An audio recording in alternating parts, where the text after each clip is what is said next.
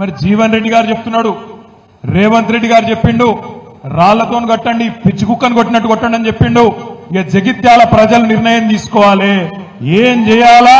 రేవంత్ రెడ్డి గారు చెప్పినట్టు చేయాలనా, లేదా ఓట్లకు మళ్ళీ అడిగేతందుకొస్తే ఉరికిచ్చి కొట్టాలనా?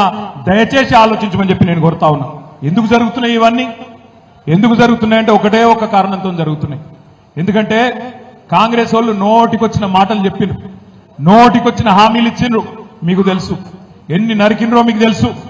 డిసెంబర్ 8 నాడు అప్పటిదాకా ఉరుకుని బ్యాంకులకు 2 లక్షల లోన్లు తెచ్చుకోండి, నేను వెంటనే సంతకం పెడతా, డిసెంబర్ 9 నాడు రుణమాఫీ చేస్తా అన్నాడు. 7 నెలలాయే, ఇప్పటిదాకా ఏమీ లేదు, అతి లేదు, గతి లేదు. రోజొక్క తారీఖు చెప్తున్నారు, టైం పాస్ చేస్తున్నారు. ముసలోళ్ళకు కేసీఆర్ 2000 ఇస్తుండు, నేను 4000 ఇస్తా. కేసీఆర్ ముసలమ్మకో ముసలయ్యకో ఇద్దరు ఒకరికే ఇస్తుండు, ఇద్దరికి ఇస్తా. నువ్వు ఆగురా రాజశేఖర, ఆగు, మావాడు ఆగుతలేడు. అయితే ఇన్ని మాటలు చెప్పిండు, అవన్నీ వినిపిద్దాం, ఆగు, వినిపిద్దాం. ఇంకేం చెప్పిండు? ఆడబిడ్డలందరికీ నెలకు 2500 ఇస్తా, క్వింటాల్కు 500 రూపాయల బోనస్ ఇస్తా. ఇంకా నోటికొచ్చిన మాటలు. బీసీలకు 42% రిజర్వేషన్ ఇస్తా, రాబోయే 5 ఏళ్లలో 1,00,000 కోట్లు ఖర్చు పెడతా, మైనారిటీలకు ఒక 20,000 కోట్లు ఖర్చు పెడతా. నోటికొచ్చిన హామీలు, నోటికొచ్చిన మాటలు, 420 హామీలు. ఒకటి కాదు, 2 కాదు, 420 హామీలు ఇచ్చి గద్దెల కూర్చున్నాడు రేవంత్ రెడ్డి కాంగ్రెస్ ప్రభుత్వం. మరి ప్రజలు అడుగుతారు కదా, ఏమయ్యా రేవంత్ రెడ్డి ఏం సంగతి అని అడుగుతారు. అందుకే భయపడి ఏం చేస్తున్నాడు? ఎక్కడ కాంగ్రెస్ ఎమ్మెల్యేలలో కూడా ముసలం ముడుతుందో, ఎక్కడ ప్రజల ఒత్తిడికి తట్టుకోలేక కాంగ్రెస్ వాళ్ళు బేజారైతారో, అందుకే కొంతమంది ఎమ్మెల్యేలను కొనుక్కొని అక్కడ కొన్ని పైసలు వారేసి కొనుక్కొని కూర్చోబెట్టుకుంటే బొమ్మలోలే, మీ సంజయ్ ఓలే బొమ్మలోలే కూర్చుంటారని చెప్పి ఆయన ఆలోచన.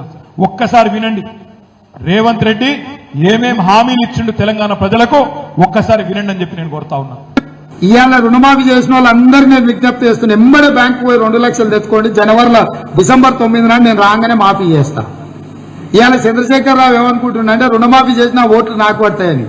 నేనేం చెప్తున్నా అంటే రుణమాఫీ అయిన వాళ్ళందరూ ఎంబడే పోయి మళ్ళీ 2 లక్షల రుణం తెచ్చుకోరి, డిసెంబర్ 9 నాడు నేను అవి మాఫీ చేస్తా. కాబట్టి రైతులందరికీ నేను విజ్ఞప్తి చేస్తున్నా. ఇప్పుడు రుణమాఫీ అయిందా? రుణమాఫీ డిసెంబర్ 9 నాడు సంతకం పెట్టిండా?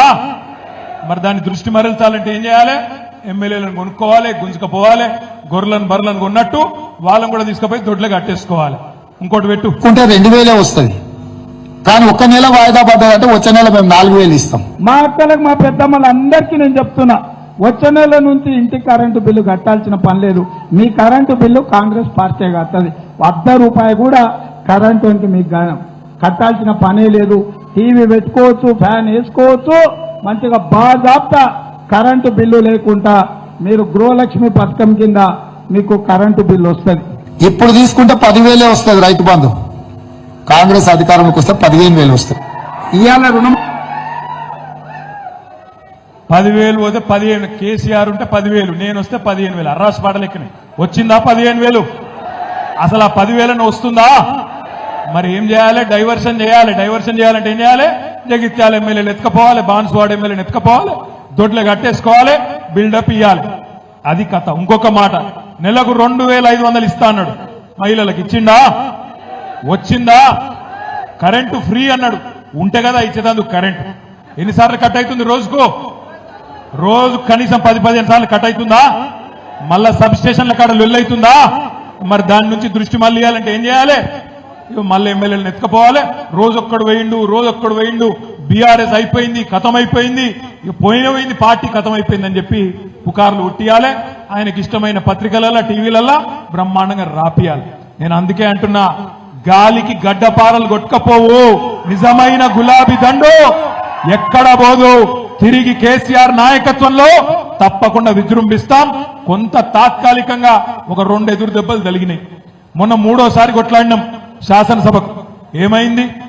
ఆంధ్రప్రదేశ్ చూసిండ్రు మీరు, ఇంకొకడ చూసిండ్రు, ఏమైంది? 2వసారికి ఎక్కడ ఇబ్బంది అయింది.